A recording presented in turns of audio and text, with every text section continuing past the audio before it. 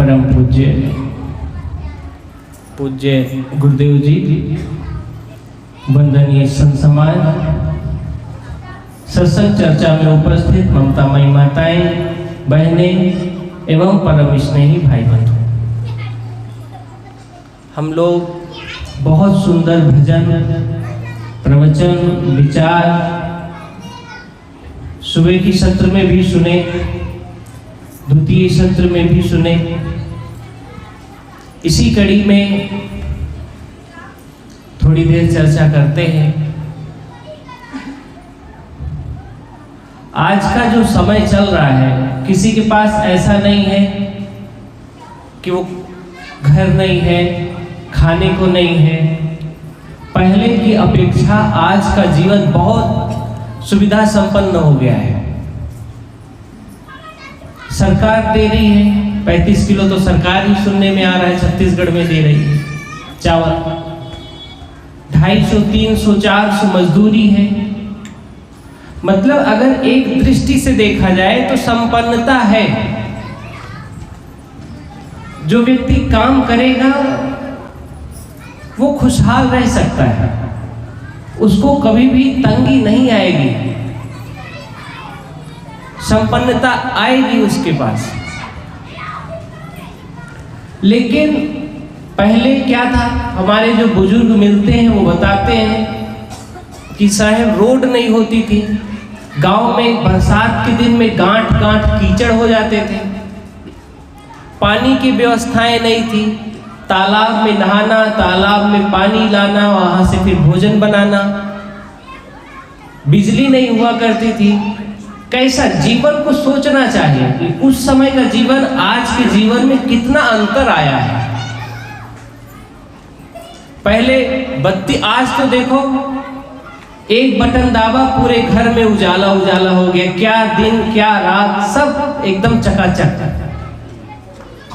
पहले का जीवन मिट्टी का घर हुआ करता था, कच्चा मकान हुआ करता था। आज एकदम टाइल्स चमक रही है सबके घर में, बढ़िया पक्का मकान है। पहले के लोग बैलगाड़ी से चलते थे। यहाँ बहुत सारी माताएं आई होंगी जिनकी जो है अपनी मायके से ससुराल आई होंगी, तो बैलगाड़ी में बैठ के आई होंगी। कितनी माताएं हैं, ये देखो माता जी हाथ उठा रही हैं। बैलगाड़ी से आजकल देखिए एक से एक बड़ी बड़ी गाड़ी, लग्जरी गाड़ी, महंगी गाड़ी में सब लोग आ रही हैं। मतलब जीवन स्तर कितना ऊपर उठ गया है।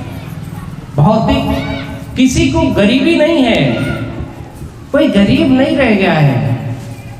लेकिन पहले की जो मुस्कान थी, जो प्रसन्नता थी, जो भीतर का सुख था, वो लुप्त हो गया है, वो खत्म हो गया है। पहले के लोग नमक रोटी खा करके, बासी भात खा करके खुश रहते थे।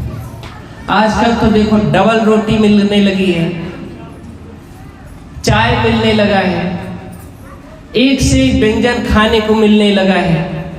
छत्तीसगढ़ में तो बाहर आ गया है बढ़िया खाने का, बढ़िया रहने का, अच्छे कपड़े, अच्छा सब कुछ अच्छा हो गया है। लेकिन सुख नहीं बढ़ा है। सुख क्या है? ये सुविधाओं से सुख नहीं होता है। सुख है भीतर की प्रसन्नता, हृदय की पवित्रता, हृदय में संतुष्टि हो जाए। जीवन में बहुत कुछ मिल गया। हमारे पूर्वज का जीवन कैसा था, हमारा जीवन कैसा है, कभी विचार नहीं करते हैं। हमारे कितने लोगों के ऐसे जानने वाले होंगे जो 2 कपड़े में पूरा जीवन निपटा दिए। एक सेठ जी हैं अहमदाबाद के, वो बताया करते थे कि उनके पिताजी 2 पैंट, कह रहे जब से हम देखे और जब तक वो रहे 2 पैंट में उन्होंने पूरा जीवन निकाल दिया। लेकिन आज का जीवन कैसा बदल गया है। आज तो ऐसा युग आ गया है कि बड़े बड़े घर के लोग मिलते हैं, वो कहते हैं, बताते हैं, महाराज जी हमारी पत्नी, हमारी बेटी एक कार्यक्रम में जो कपड़ा पहन लेगी वो दोबारा उस कार्यक्रम में नहीं पहनना है। ऐसा रिवाज आ गया है। मतलब एक बार जो पहना उसको दोबारा नहीं पहनना है, नया चाहिए। और ऐसे नया नया नया होते होते आदमी जो है चाहता है कि माता पिता भी नए नए मिलते रहे तो अच्छा है। इतना उसको नया सब कुछ चाहिए, उसको रोज कुछ न कुछ नया दिखना चाहिए। ये सब मन का हल्कापन है, कभी कुछ नया नहीं मिलेगा। जो चीज तब तक नहीं है जब तक हमसे दूर है। बहुत सारी चीजें जब तक अच्छी लगती है जब तक वो हमसे दूर रहती है। जब हम उसके नजदीक पहुंच जाते हैं तो फिर उसका कोई महत्व नहीं रह जाता है, चाहे रिश्तेदारी हो चाहे जो भी हो। जब तक हम आप उचित दूरी बनाए रखेंगे तब तक सब अच्छे लगेंगे, और जैसे ही नजदीक होंगे 2-4 दिन बीतेगा खटपट शुरू हो जाएगा। हम ही लोग हैं, दूर से आए हैं, आप इतने लोग सुनने आए हैं गुरुजी का प्रवचन। अभी गुरुजी कहें कि अब आगे श्रम में ही रहना है, यहीं आश्रम बनाएंगे, 2-3 दिन बाद कोई नजर नहीं आएगा। अभी दूर से आए हैं, बहुत दूर से आए हैं, चलो दर्शन करते हैं, उनका आशीर्वचन लेते हैं, सुनते हैं, अभी मन में भाव है। लेकिन अभी यहीं रुक जाए, सोनी जी कहें कि साहब अब यहीं रहिए, कहीं ना जाइए, साहब मान जाए रह जाए, तो भक्ति पुरानी हो जाएगी। हमको ऐसा नहीं बनना है, अपने मन को ऐसा बनाना है स्थिर हो, नहीं होना चाहिए, डगमग ना, स्थिरता होना चाहिए, जिससे लगाव हो गया तो हो गया, बदलना नहीं है। ये जो बदलने का स्वभाव है बहुत खतरनाक स्वभाव है।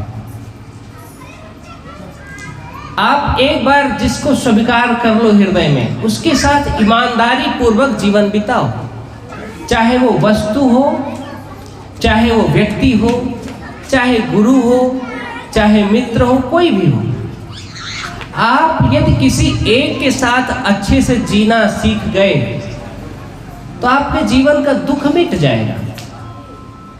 और अगर इस भावना में रहे कि ये अच्छा नहीं है वो अच्छा है, वो अच्छा नहीं है वो अच्छा है, तो कुछ नहीं मिलेगा, आपको कोई अच्छा नहीं मिलेगा।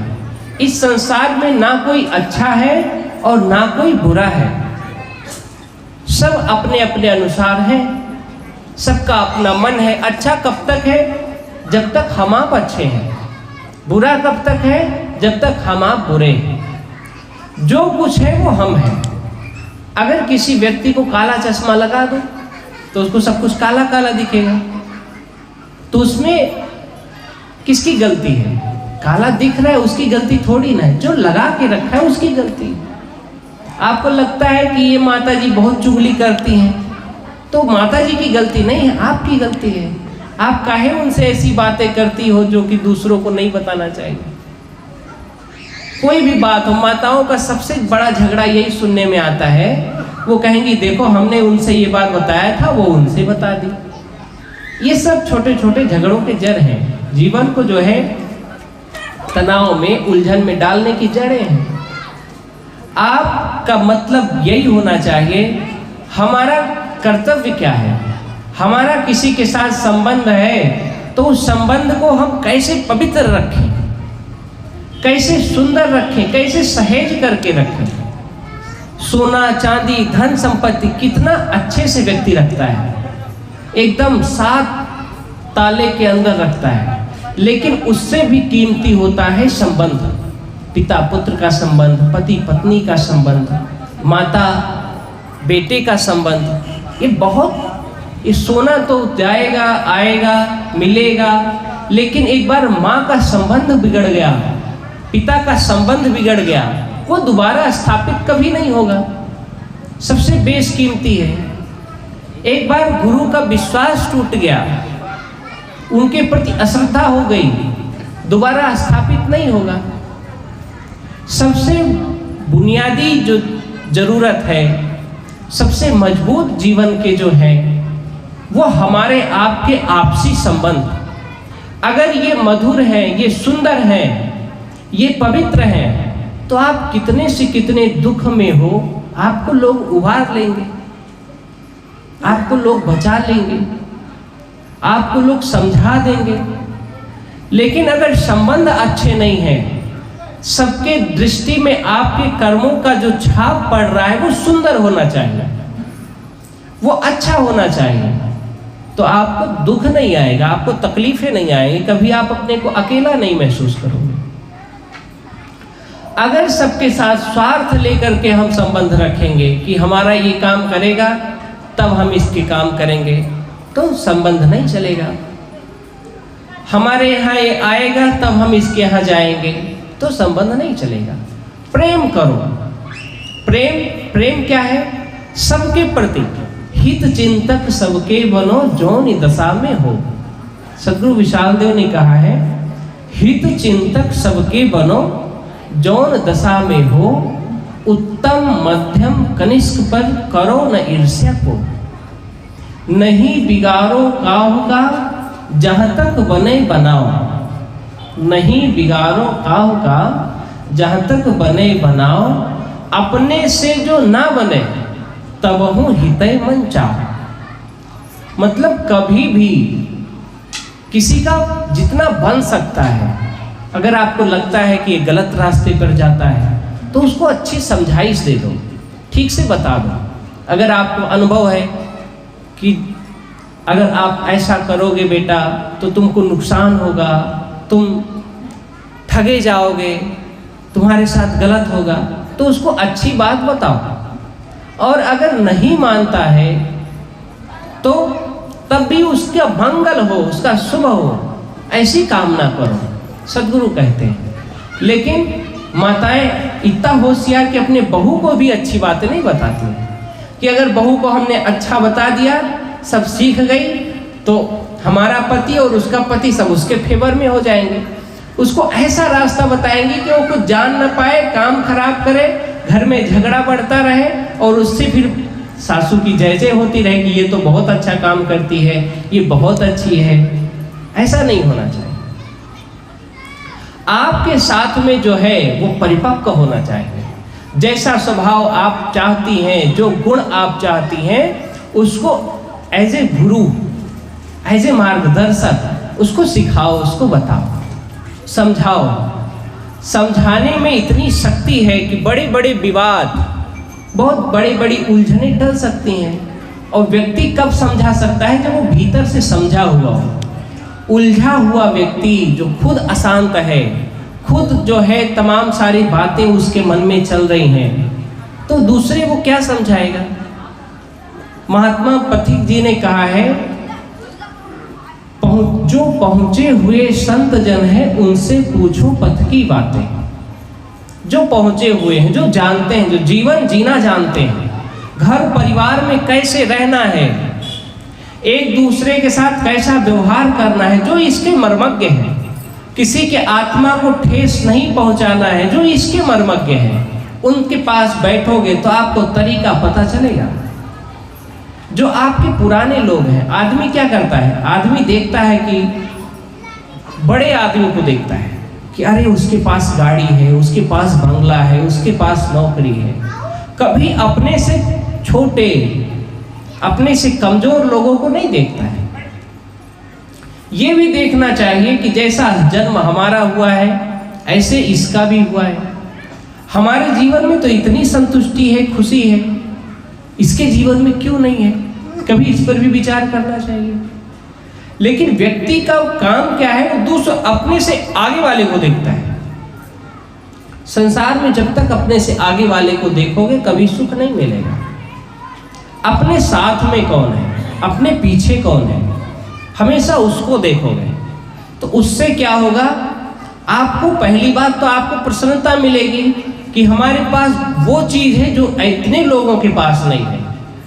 हम स्वस्थ हैं, हमें कोई बीमारी नहीं है, हमें किसी का कर्ज नहीं है, हम किसी को कष्ट नहीं पहुंचाए हैं, हम किसी के उधार नहीं हैं, हमको कोई दिक्कत नहीं है, हमारे बच्चे अच्छे हैं, संस्कारी हैं।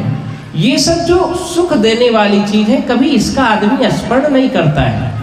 इसलिए मैंने कहा कि भौतिकता तो बहुत बढ़ गया, बहुत व्यवस्थाएं हो गई हैं, लेकिन सुख नहीं बढ़ा है। कितना सब कुछ सुधर गया है। पहले लोग, अभी भी छत्तीसगढ़ में लोग बताते हैं कि साहब जी पहले की माताएं सेम को जो है उबाल के सुखा के रखती थी, फिर साल भर उसकी सब्जियां खाती थी। अब उठाओ बाइक, चले जाओ बाजार, हरी हरी सब्जी लेकर आओ, बनाओ, खाओ। कितना मतलब युग बदल गया है। जो पुराने लोग होंगे वो जानते होंगे इस बात को। टमाटर को सुखा के रखती थी छत्तीसगढ़ की माताएं, बहुत लोग बताते, हमको नहीं पता, यही लोग बताते हैं, वही बता रहे हैं। तो मैं जब सोचता हूँ कि पहले लोग ऐसे जीवन में भी इतना संतुष्ट रहते थे, इतना खुश रहते थे। आजकल एक लोग तो इतना बता रहे थे कि कंबल नहीं होते थे ओढ़ने को, तो टाट बोरा ये सब ओढ़ करके काम चलाते थे। सोचो तो बड़ा आश्चर्य होता है कि ऐसे जीवन में भी लोग खुशहाल रहते थे, कोई मुकदमा नहीं होता था। आजकल इतनी सुविधाएं हो गई हैं, इतना संपन्नता बढ़ गया है। धान 3100 में बिकेगा छत्तीसगढ़ वासियों का। हमारे उत्तर प्रदेश वाले कहते हैं कि साहब जाया करो तो हमारा थोड़ा धान लेते जाओ, भिजवा देना, वहाँ ज़्यादा पैसा मिल जाएगा। उत्तर प्रदेश में 2000 रुपये क्विंटल बिकता है, वहाँ सरकार नहीं खरीदती है, खरीदती भी है तो थोड़ा मोड़ा खरीदती है, वो भी दलाल लोग बेचते हैं, कोई नियंत्रण नहीं है। यहाँ पर 3100 रुपये किलो में बिकेगा, बताओ। 1 एकड़ में 5-6 कुंटल तो हो ही जाता है। 4 अच्छा, हमारे यहाँ बीघा चलता है। बीघा मतलब 20 डिसमिल में वहाँ होता है 4 एकड़, वो 4 कुंटल, ठीक है। 20 डिसमिल में 4 कुंटल होता, तो वो दिमाग में जैसे जहाँ चलता है वही रहता है। तो वहाँ पर ऐसा है कि सरकारें नहीं खरीदती हैं, लोग, व्यापारी लोग खरीदते हैं, अपने मन से जो मन में आया वो दाम लेते हैं। यहाँ पर इतनी संपन्नता, इतना सब कुछ, लेकिन झगड़े बढ़ रहे हैं, आपसी संबंध बिगड़ रहे हैं। कभी भी धन संपत्ति हमको सुख नहीं दे सकता है। कभी भी जो है, पूज्य गुरुदेव जी पधार रहे हैं, आप सभी लोग थोड़ा खड़े होकर के आगे भी बढ़ाएं। बोलिए सद्गुरु देव की।